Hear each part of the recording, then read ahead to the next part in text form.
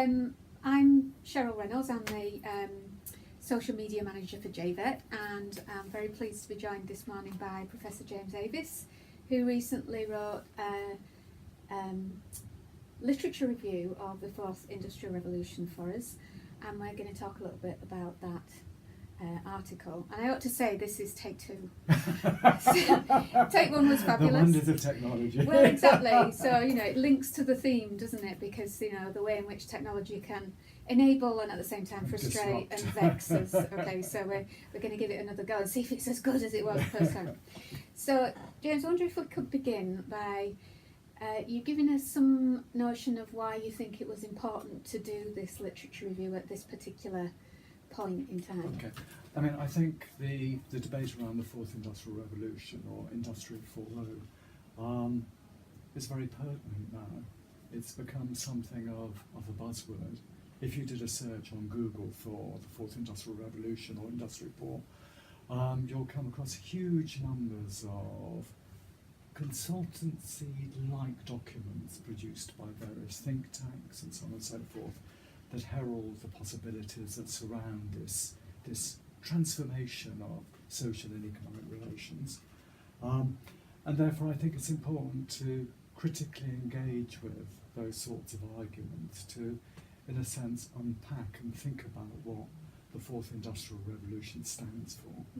One of the people whose work I draw on is someone called Sabine Pfeiffer, and she draws on a couple of Americans whose name escapes me at the moment, but she talks about the way in which the rhetoric or the imaginary or the ideas surrounding the Fourth Industrial Revolution talk about a particular future.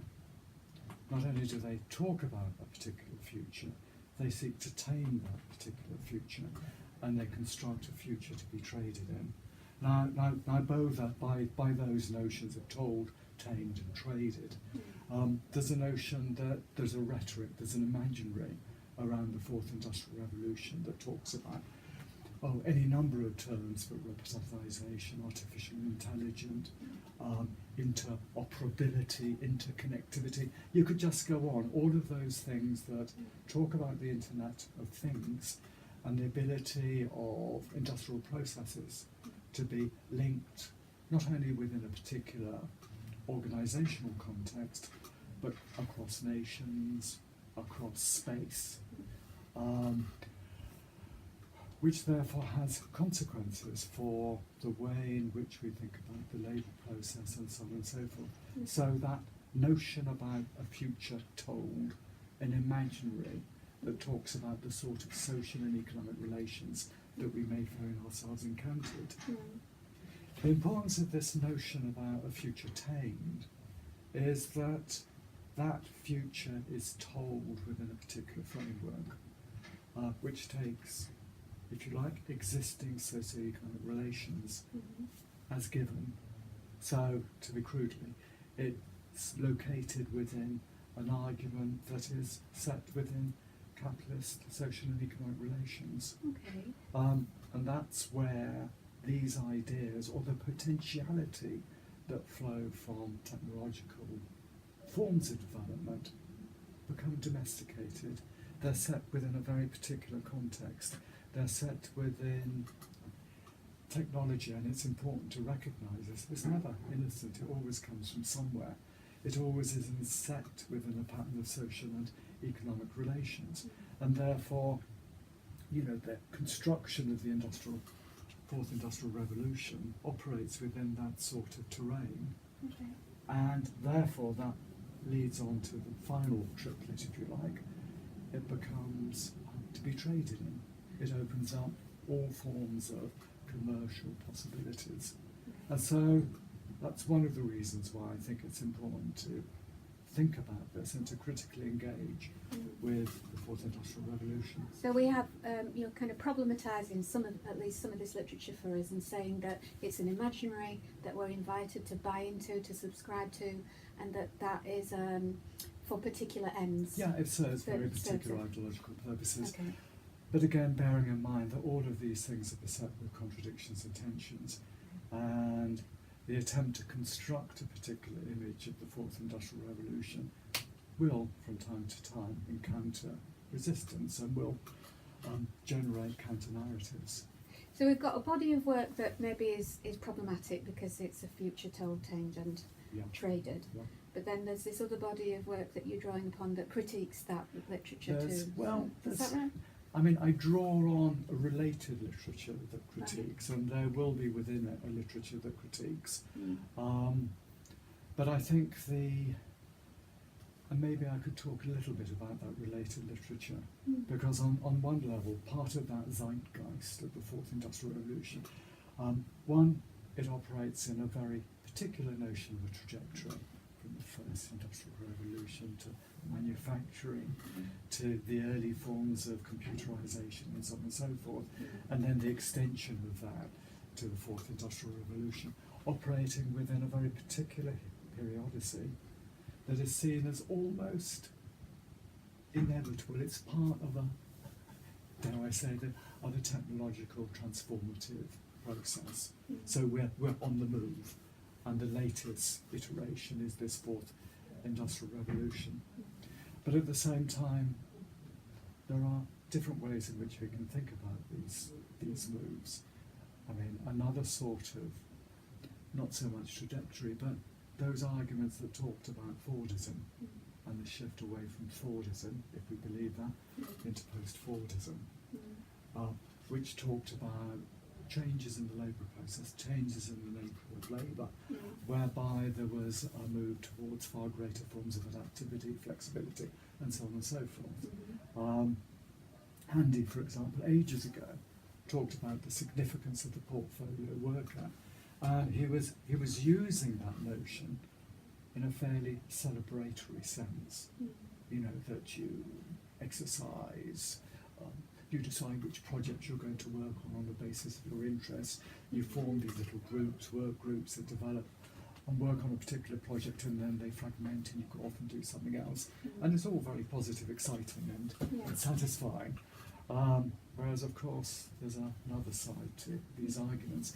But those notions about flexibility, adaptability, the necessity of continually reforming yourself as a form of labour, runs through these sorts of debates. Yeah, so this is around this idea of a future told, which assumes a kind of progress, a bit like the ascent of man with the little pictures of the chimpanzee and so on. And I would. Is it that kind of story that we're trying to be sold on? That would make me feel a bit ill, but almost, I mean, a notion about a trajectory that is almost inevitable, and that we have to both adjust to, but a trajectory that does carry with it tensions and contradictions and problems, but that are acknowledged in the literature. Oh yes, they're acknowledged, but that those are resolvable.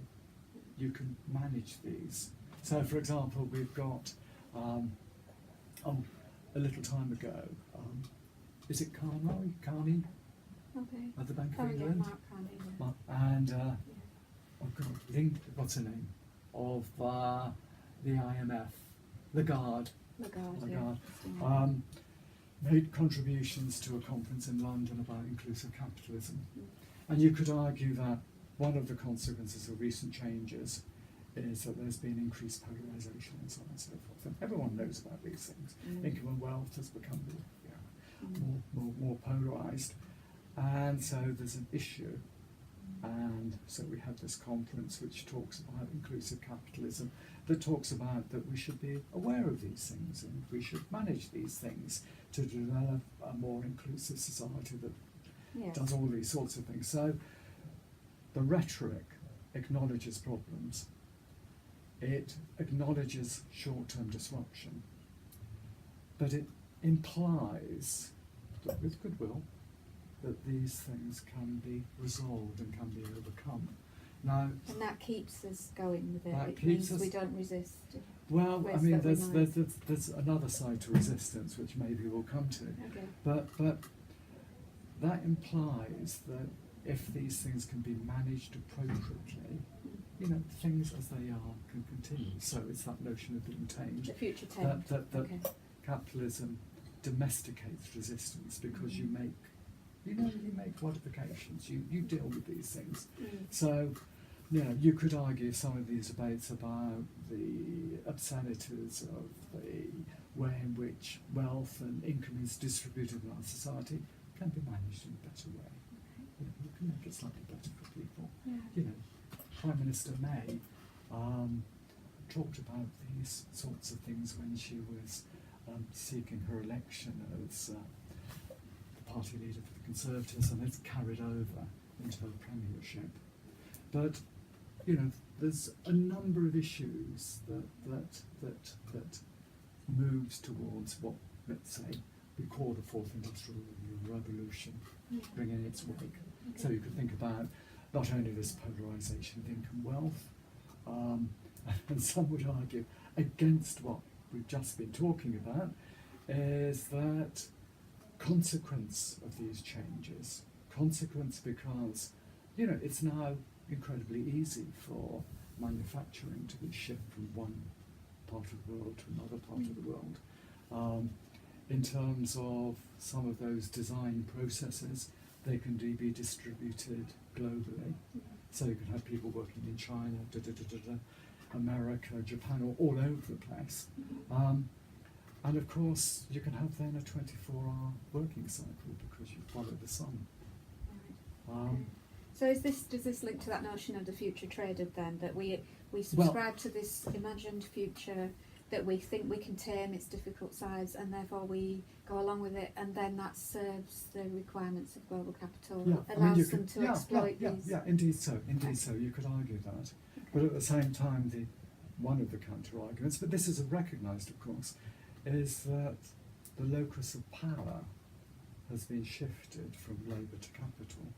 And of course other things that are going on that need to be taken on board, and that is questions about financialisation, and that's the questions about the significance of rentier capitalism, whereby money is used to make money effectively, which stands part of the same sort of zeitgeist, because in a sense the development of AI, the development of all these notions about networks, interconnectivity, has facilitated those sorts of shifts. So that those affordances of technology are eminently exploitable by global capital, but also maybe we mentioned resistance a moment ago. Do they also give potential for things that liberate or empower? Or? Well, I think that one could argue that, I mean, if one we see as technology as embedded in social relations, so there's a sort of circular. So social relations inform the development of technology, technology plays back on social relations. That we could talk about in a sort of, I feel slightly uneasy of this, but we could talk about technology as containing various possibilities that could be appropriated and used in more progressive fashion. And therefore I guess that becomes, in a sense, a site for resistance. What I think is important and alerts us to possibilities is that, you know, it doesn't matter really how you stand in relation to the argument I'm just going to mention, but it's the argument about the shift from Fordism to post-Fordism, and the sort of argument that Italian workerism or operaismo forwarded, and that was that you had resistance to Fordism, you had the refusal of work, and the suggestion coming out of those analyses that development of post-Fordism was capital's response. So rather than seeing that move as progressive, as facilitating greater levels of one's autonomy, control over the labour forces, one's control over the labour process, and so on, it becomes a mechanism that was developed to serve. But it's important, I think, to acknowledge that, I mean, where you've got capitalist social relations, you've got almost inevitable the possibility of resistance and conflict and struggle. And you could argue the way in which technological change is played out is not on some sort of determinist logic, but is on the logic of struggle and the balance of power. Those groups who have power can... So does this link to this notion then of, thinking about the contribution of a literature review at this point in time, that an important part of that struggle is being aware of these issues, so it's having a critical response to what's happening, and that notion of powerful knowledge and... Well, that points to another set of arguments, but on one level, yes, because you're starting to talk about the pedagogic implications of this for that pedagogy. And quite clearly, if vocational education and training is concerned in part with furthering an understanding of the social relations in which people are placed, and by that I mean relations surrounding work, the labour process and so on and so forth, those sorts of issues become quite pertinent. And maybe as we get towards the end of this, we can talk about the implications of the sort of argument I forwarded for vocational education and training. Well, perhaps we should do that now then, if you were kind of trying to sum up, what is the significance of the ideas that are covered in your review? Okay, well, I'm afraid I'm going to have to read that because I can't remember. No, that's good. I can't remember them all. Yeah, But I think it's important that this isn't a blueprint. I'm not telling practitioners what to do. I'm raising issues that people may find it useful to think about in terms of vocational education and training and pedagogic practice, because I don't see it being my place to tell practitioners what they should do within their classroom. But I think these arguments become quite important, and they do raise questions about the way in which we think about work. So, the implications, and again, it's thinking about the significance or the importance or the role that could play if we see ourselves as being committed to the development of a socially just and progressive both society and that curriculum. So what sort of things might that touch on? And I guess, one of the things coming out of German work, looking at the involvement of employers in training. I think Bushmeyer and Mayer talk about segmentalism, a move away from, I think, some sort of collectivism towards segmentalism, whereby employers are increasingly restricting the sort of training they deliver to what is needed within their particular organisational context. Whereas formerly, when the world was slightly different, they overtrained. So this is a shift towards more narrow training, which is tied to particular firms, and it may be quite sophisticated in all sorts of ways, but it's tied to the needs of a particular firm.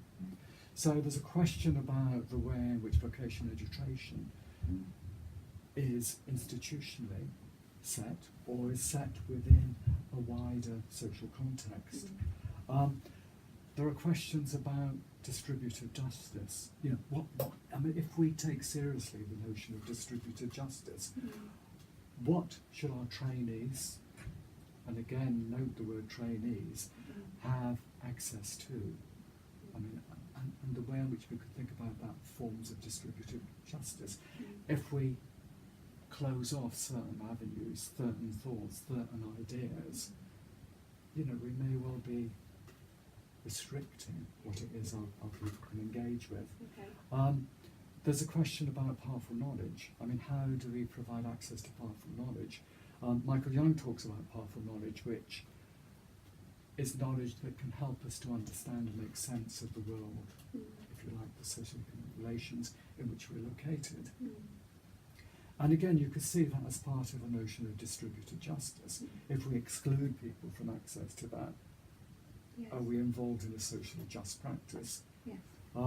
So are we just generating people who become a cog in a wheel, or are we trying to help them to see the machine and to think about their place within it and to question how things work? All of those things become important. Right. Again, related to that, because very often these sorts of arguments can be seen as top down. You have a notion of what it is that people need to know, and it's then funneled into them. But how does that sit? Or what is the articulation between powerful knowledge and notions of really, really useful knowledge, which derives from lived experience, both at work and out of work, and how the two are brought together through some sort of dialogue. So a dialogic engagement with these ideas, which means it's, the top-down models